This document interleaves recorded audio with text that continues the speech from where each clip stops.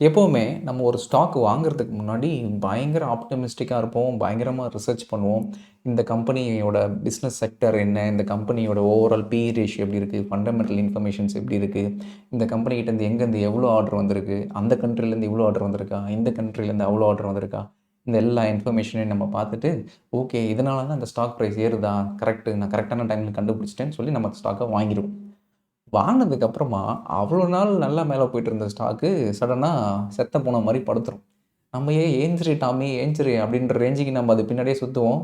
கடைசியில பார்த்தீங்கன்னா, ஒரு பெரிய மூவ்மெண்ட்டே இருக்காது.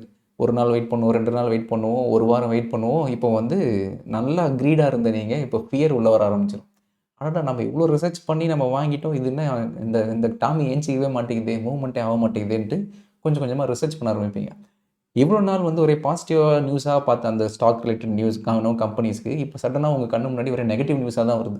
அடடா! இந்த இன்வெஸ்டர் என்ன இப்படி சொல்லிட்டாரே! ஒருவேள அவரு இப்படி சொல்லிட்டாரே! இல்லன்னா Twitterல இப்படி பேசிட்டு இருக்காங்கன்னு எல்லாம் நெகட்டிவ் நியூஸா வந்ததுக்கப்புறம் இப்போ உங்களுக்கு பயம் வந்துரும். அதுக்கு முன்னாடி வரைக்கும் நான் விட்ட எல்லா காசும் இந்த ஒரு ட்ரேட்ல எடுக்க போறேன்ற நெனச்சு அந்த ஸ்டாக்ல போட்டிருப்பீங்க. இப்போ அடடா! ஆல்ரெடி விட்டது இல்லாம இது கூட எக்ஸ்ட்ரா வேற விடுற மாரி ஆயிடுச்சே! ஏன்னா இந்த இந்த ஸ்டாக்குக்கு இவ்ளோ பேட் இன்ஃபர்மேஷன் வருது. இத ஏன் நான் முன்னாடியே பார்க்கல? அப்படின்ற அளவுக்கு ஒரு டீட்டெயில் அனாலிசிஸ் மைண்டுக்குள்ள ஓடிட்டே இருக்கும். ஸோ புல்லிஷா நம்ம என்டர் ஆவோம். என்டர் ஆனதுக்கப்புறம் நம்ம மைண்ட் ஆட்டோமேட்டிக்கா பேரிஷ் ஆயிட்டு, கடைசியில இது வேலைக்கு ஆவாதுன்னு சொல்லிட்டு வித்துட்டு வெளிய வந்துரும். அவ்வளோ நாள் தூங்கிக்கிட்டு இருந்த டாமி, நம்ம வித்துட்டு வெளிய வந்ததுக்கப்புறம் கடகடன்னு எந்திச்சு மேல போக ஆரம்பிச்சுரும். ஐயய்யோ! என்னடா அது இப்ப தானே நான் டீட்டெயில் ரிசர்ச் அனாலிசிஸ் பண்ணேன். ஒரே நெகட்டிவ் வந்தது. இப்ப என்னடா திருப்பி மேல போகுதுன்னு தோணும். இந்த சைக்கிள் பார்த்தீங்கன்னா நடந்துகிட்டே இருக்கும். ஏன் வந்து நம்ம ஒவ்வொரு வாட்டியும் ஸ்டாக் வாங்குறதுக்கு முன்னாடி பாசிட்டிவா யோசிக்கிறோம். வாங்குனதுக்கப்புறம் ஏன் நெகட்டிவா யோசிக்கிறோம்? இதுக்கு பின்னாடி இருக்கிற ரேஷனல் என்ன? இந்த ஒரு இஷ்யூவ எப்படி ஹேண்டில் பண்றது? அப்படின்றத இந்த வீடியோல டீட்டெயிலா பார்ப்போம். ஸோ இப்ப நான் உங்ககிட்ட நெக்ஸ்ட்டு என்ன கார் வாங்க போறீங்க? இல்ல புதுசா ஒரு கார் வாங்க போறீங்கன்னா, உங்களுக்கு புடிச்ச கார் என்ன கார்? அப்படின்னு கேட்டா, சடனா உங்க மைண்ட்ல ஒரு கார் வரும். இட் குட் பி BMW, பென்ஸா இருக்கலாம், இல்லன்னா ஆடியா இருக்கலாம், இல்லன்னா மஹேந்திராவா இருக்கலாம். எனி காரா இருக்கலாம். பட் சடனா உங்க மைண்டுக்குள்ள வருதுல்ல, ஏன்னா அந்த கார் கிட்ட உங்ககிட்ட ஆட்டோமேட்டிக்கா ஒரு எமோஷனல் அட்டாச்மென்ட் இருக்கு. பிகாஸ் ஆஃப் ஆட்ஸோ இல்ல வேற ஏதோ ஒரு யூடியூப் வீடியோவோ நீங்க பார்த்துருக்கலாம். அதனால எப்பவுமே அந்த அந்த ஒரு கார் மேல ஒரு கண் இருந்துகிட்டே இருக்கும். அந்த கார நீங்க பெருசா ரிசர்ச்லாம் பண்ணியிருக்க மாட்டீங்க. பார்க்க அழகா இருக்கு. நெறைய பேர் நெறைய வீடியோ பார்த்துருக்கிறேன். இதில போனா கெத்தா இருக்கும். ஒரு தாட் இருக்கு இல்லையா? அந்த ஒரு எமோஷனல் அட்டாச்மென்ட் வந்துரும். நாளைக்கே உங்ககிட்ட ஒரு காசு வந்துருச்சு. ஒரு கார் வாங்குற அளவுக்கு காசு வந்துருச்சுன்னா, முதல்ல அந்த காருக்கு தான் பிரிஃபரன்ஸ் குடுப்பீங்க. ஏன்னா, உங்க மைண்ட் ஆல்ரெடி டிசைட் பண்ணிடுச்சு. எமோஷனலா அட்டாச் ஆயிருக்கு. இப்ப அந்த கார பத்தி ரிசர்ச் பண்ணும்போது, ஃபுல் பாசிட்டிவ் நியூஸா தான் பார்ப்பீங்க. ஏன்னா, நீங்க ரிசர்ச் பண்ணல. ஆல்ரெடி கன்ஃபார்ம் பண்ணியிருக்கிற உங்களோட மைண்டுக்கு வேலிடேஷன் தேடுறீங்க. ஸோ, அப்ப என்ன ஆகும்னா, அதில இருக்க நெகட்டிவ் எல்லாம் நீங்க ஒமிட் பண்ணிருவீங்க. இந்த கார் இந்த கலர் பெர்ஃபெக்ட்டா இருக்கும். இதோட சன்ரூஃப் செம்மையா இருக்கும். எல்லாமே பாசிட்டிவ் நியூஸா பார்த்து, அந்த கார தான் நீங்க வாங்குவீங்க. ஏன்னா, மைண்ட்ல ஆல்ரெடி அத ஃபிக்ஸ் பண்ணிட்டீங்க. வாங்குனதுக்கு அப்புறமா தான், ஓகே இதில அது சரியில்ல, நெட் சரியில்ல, போல்ட் சரியில்லன்ற கம்ப்ளைண்ட்லாம் அதுக்கப்புறமா ரேஷனலா யோசிப்போம். அது முன்னாடி வரைக்கும் இந்த லெஃப்ட் ஹேண்ட் சைட்ல இருக்கிற பிரெயின் எமோஷனலா யோசிக்கும். வாங்குனதுக்கப்புறம் ரேஷனலா யோசிக்கும். அதே தான் ஸ்டாக்ஸ். ஸ்டாக்ஸுக்கு உங்கள அறியாமயே ஒரு சில கம்பெனிஸ்லயோ, இல்ல ஒரு சில விஷயத்தில ஏதோ ஒரு சோசியல் மீடியாலயோ நீங்க எங்கனா பார்த்துருப்பீங்க. அதில ஒரு அட்டாச்மென்ட் சைட்ல சப்கான்ஷியஸ் மைண்ட்ல இருந்துட்டே இருக்கு. சடனா வந்து அத பத்தி திருப்பி திருப்பி பார்க்கும்போது, ஓகே இந்த ஸ்டாக் நம்ம வாங்குறோம் சொல்லிட்டு நீங்க ரிசர்ச் பண்றீங்க இல்லையா? அந்த ரிசர்ச் எல்லாமே கன்ஃபர்மேஷன் சீக்கிங். நீங்க ஆல்ரெடி மைண்ட்ல ஃபிக்ஸ் பண்ணிட்டீங்க இந்த ஸ்டாக் வாங்க போறேன்ட்டு. அந்த ஸ்டாக் வாங்குறதுக்கான கன்ஃபர்மேஷன மத்த எல்லா இடத்துலயும் போய் தேட ஆரம்பிப்பீங்க. ஸோ, அப்போ ஆப்வியஸ்லி உங்களுக்கு மைண்ட் லெவல் எல்லாம் பாசிட்டிவ் நியூஸா தான் வர ஆரம்பிக்கும். ஸோ, ஒரு ஸ்டாக் நீங்க வாங்கணும்னு டிசைட் பண்ணதுக்கு அப்புறமா, ஏதாவது 1, 2 நெகட்டிவ் நியூஸ் பார்த்தா கூட அத இக்னோர் பண்ணிருவீங்க. இல்ல இவனுக்கு அத பத்தி அதிகமா தெரியல. இல்ல இந்த ஜர்னலிஸ்ட்க்கு அதிகமா தெரியல. லேட்டஸ்ட்டா ஒரு பெரிய ஆர்டர் வந்திருக்கு இந்த கம்பெனிக்கு. அது இந்த பர்ட்டிகுலர் ஆர்டிக்கிள்ல ரிஃப்ளெக்ட் ஆகல. அதனால ஆப்வியஸ்லி உங்களுக்கு இது தெரியலன்றத மாரி நம்ம ஒமிட் பண்ணிட்டோம் நெகட்டிவ் ஆர்டிகிள்ஸ் எல்லாம். பாசிட்டிவ் ஆர்டிகிள்ஸ் மட்டும் பார்த்துட்டு நம்ம வாங்கிருவோம் அந்த ஸ்டாக்க. வாங்குனதுக்கு அப்புறமா, பாசிட்டிவ் ஆர்டிகிள்ஸ் எல்லாத்தையும் விட்டுருவோம். அப்படியே நெகட்டிவ் ஆர்டிகிள்ஸ் தான் ஃபோக்கஸ் பண்ணுவோம். ஒருவேளை இவன் சொன்னது தான் கரெக்ட்டோ!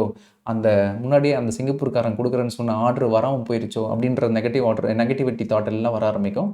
ஸோ, இது ஏன் வர ஆரம்பிக்குதுன்னா, நீங்க எப்பவுமே யோசிச்சு பாருங்க. ஒரு ஸ்டாக் வாங்குனதுக்கு அப்புறமா, அந்த ஸ்டாக் வாங்குன உடனே ஏற ஆரம்பிச்சுச்சுன்னா, இது எதுவுமே உங்க மைண்ட்ல வராது. நீங்க பாட்டுக்கு நிம்மதியா இருப்பீங்க. ஸ்டாக் ஏறிடுச்சுன்னு டமாரம் அடிச்சு சுத்திக்கிட்டு இருப்போம். பட் வாங்குன ஸ்டாக்கு இறங்குச்சுன்னா ஆப்வியஸ்லி எல்லாருக்கும் பிரச்சனை வரும். ஆனா இறங்க கூட இல்ல. ஏறவும் இல்ல, இறங்கவும் இல்லன்னா கூட பயம் வந்துரும். இப்போ அந்த வாங்குன ஸ்டாக்கு மூவ்மெண்ட் காமிக்கல, டெட்டா இருக்குனாலே நம்ம மைண்ட் என்ன ஃபிக்ஸ் ஆயிரும்னா, அடடா! அடுத்த லாஸ் ரெடி ஆயிட்டு இருக்கு. இது எப்ப போய் எவ்வளோ லாஸ்ல போய் முடிய போகுதுன்னு தெரியலையே! அப்படின்றது தான் ஃபர்ஸ்ட்டு நம்ம மைண்ட்ல ஓடும். ஸோ இவ்வளோ ஒரு ஸ்ட்ரெஸ் உங்க மைண்டுக்குள்ள போயிட்டு இருக்கும்போது, ஆட்டோமேட்டிக்கா நீங்க என்ன கிரியேட் பண்ணணும் மைண்ட் யோசிக்கும்னா, ஓகே இந்த ஸ்ட்ரெஸ்லேருந்து ஃபஸ்ட்டு வெளியே வரலாம். அதுக்கு நான் வெளியே வரணும்னா என்ன பண்ணுவேன், அந்த ஸ்டாக்லேருந்து ஃபஸ்ட்டு வெளியே வரலாம். அது இருக்கிறதுனால தானே நான் இவ்வளோ யோசிக்கிறேன். இதுக்கு முன்னாடி இருந்த லாஸஸே போதும். இந்த லாஸஸும் பெரிய லாஸஸ் ஆக விரும்பலன்னு நினச்சி ஒரு சின்ன லாஸில் நீங்கள் வெளியே வந்துடுறீங்க. ஏன்னா நீங்கள் வாங்கின மாதிரி ஸ்டாக் வாங்கிட்டீங்க. நான் நினச்ச மாதிரி மேலே போகலை. ஸோ ஒரு ஓகே ஃபைன் நம்ம வெளியே வந்துடலாம். வெளியே வந்துட்டு அடுத்த ஸ்டாக்கு அடுத்த ரிசர்ச்சுக்கு போகிறீங்க. போயிட்டு ஒரு 2-3 நாள் கழிச்சு சரி நம்ம விற்ற ஸ்டாக் என்ன ஆச்சுன்னு பார்க்கலான்னு போய் பார்க்கும்போது அது ஒரு 30-40% ஏறி இருந்தது. சுத்தம் அன்றைக்கி நைட்டு நம்ம தூக்கமே வராது. ஐயோ நம்ம சீக்கிரமாக விற்றுட்டுமே, நம்ம பண்ண ரிசர்ச்லாம் கரெக்டு தான், ஏதோ ஒரு மொன்னா நாய் ட்விட்டரில் சொல்லிச்சு இல்லை யூடியூப் வீடியோவில் சொல்லிச்சு நம்பி நான் சீக்கிரமாக விற்றுட்டேனே, நான் வச்சுருந்தாலே பெரிய ப்ராஃபிட் வந்துருக்குமேனு இப்போ திருப்பி மைண்டு வந்து அதே ஸ்ட்ரெஸ் ஒன்றுக்குள்ளே வரும். வந்ததுக்கப்புறம் என்ன ஆகும், ஓகே நான் பண்ணது கரெக்டு தான், பர்ஃபெக்ட்டு தான், so I have to buy the ஸ்டாக்னு சொல்லிவிட்டு 30-40% மேலே போன ஸ்டாக்கை திருப்பி பீக்கில் வாங்குவீங்க. வாங்கிட்டு கண்டிப்பாக இதுக்கப்புறம் ஃபர்தராக மேலே போகும், நம்ம ஹோல்ட் பண்ணுவோம். பட் என்ன ஆகும், ஆப்வியஸ்லி ஒரு ஷார்ட் ஸ்பேன் ஆஃப் டைமில் ஒரு ஸ்டாக் ரொம்ப மூவ்மெண்ட் இருந்ததுன்னா ஒரு கரெக்ஷன் வரும். ஸோ இப்போ திருப்பி கரெக்ஷன் வரும், ஒரு புல் பேக் வரும்போது ஐயோ நம்ம பீக்கில் வாங்கிட்டுமேன்ற ஒரு ரியலைசேஷனே அதுக்கப்புறம் தான் வரும். ஸோ இந்த ப்ராப்ளம் எனக்கும் இருந்திருக்கு. இதை எப்படி நான் ஓவர் கம் பண்ணேன்னா, சிம்பிள், நான் அந்த ஸ்டாக்கை வாங்க போகிறேன்னு டிசைட் பண்ணிட்டேன்னா எனக்கே நான் ஒரு 3 கொஷின்ஸ் கேட்டுப்பேன். இந்த ஸ்டாக்கு கிவ் மீ 3 ரீசன்ஸ், ஏன் இந்த ஸ்டாக்கு நான் இப்போ வாங்கக்கூடாதுன்னு நினைக்கிறேன் அப்படின்னு நான் ஃபஸ்ட் எனக்கு கேட்டுப்பேன். அப்படி இல்லைனா நீங்கள் உங்கள் ஒய்ஃப் கிட்ட, உங்களோட ஒய்ஃபோ இல்லை உங்களோட மென்டரோ உங்களோட ஃப்ரெண்டு கிட்ட போய் அந்த கொஷின் நீங்கள் கேளுங்க.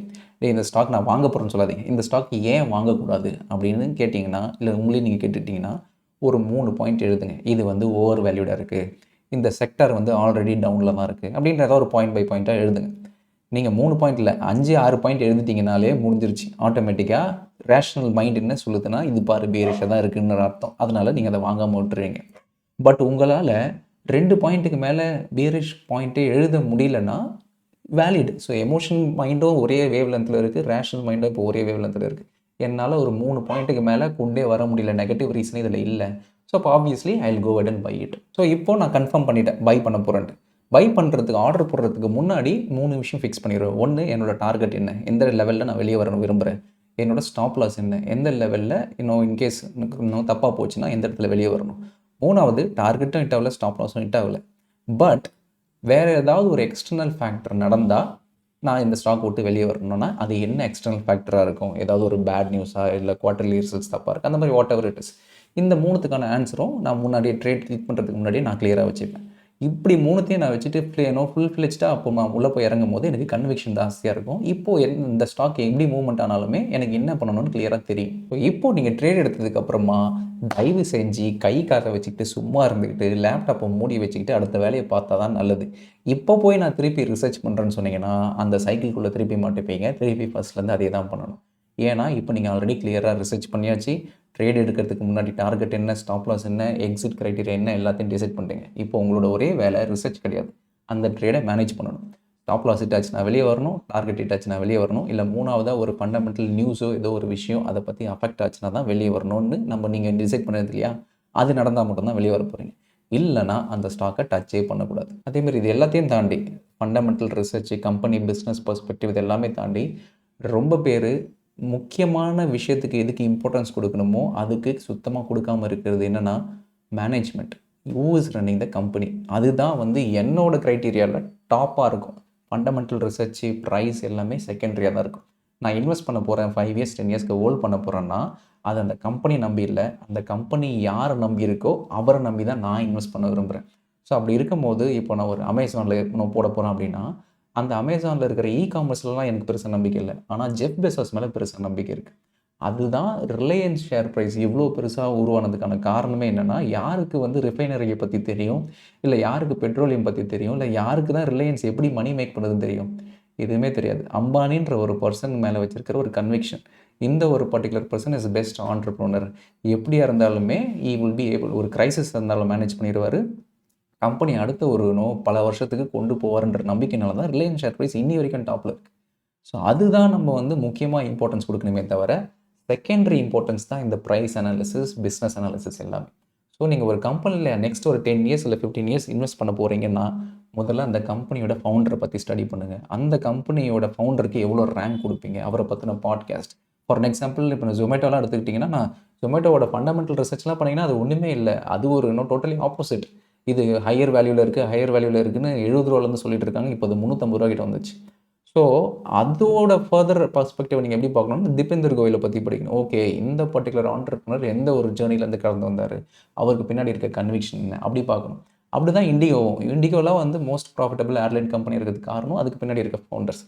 ஸோ எப்போவுமே கம்பெனியில் நீங்கள் லாங் டர்மாக இன்வெஸ்ட் பண்ண போகிறீங்கன்னா ப்ரைஸை தாண்டி அந்த பிஸ்னஸை தாண்டி அதை யார் ரன் பண்ணுறதுக்கு இம்பார்ட்டன்ஸ் ரொம்ப ரொம்ப அதிகமாக கொடுங்க. அதுக்கு பற்றி நிறைய ரிசர்ச் பண்ணுங்கள், அதை பற்றி ஸ்டடி பண்ணுங்கள்.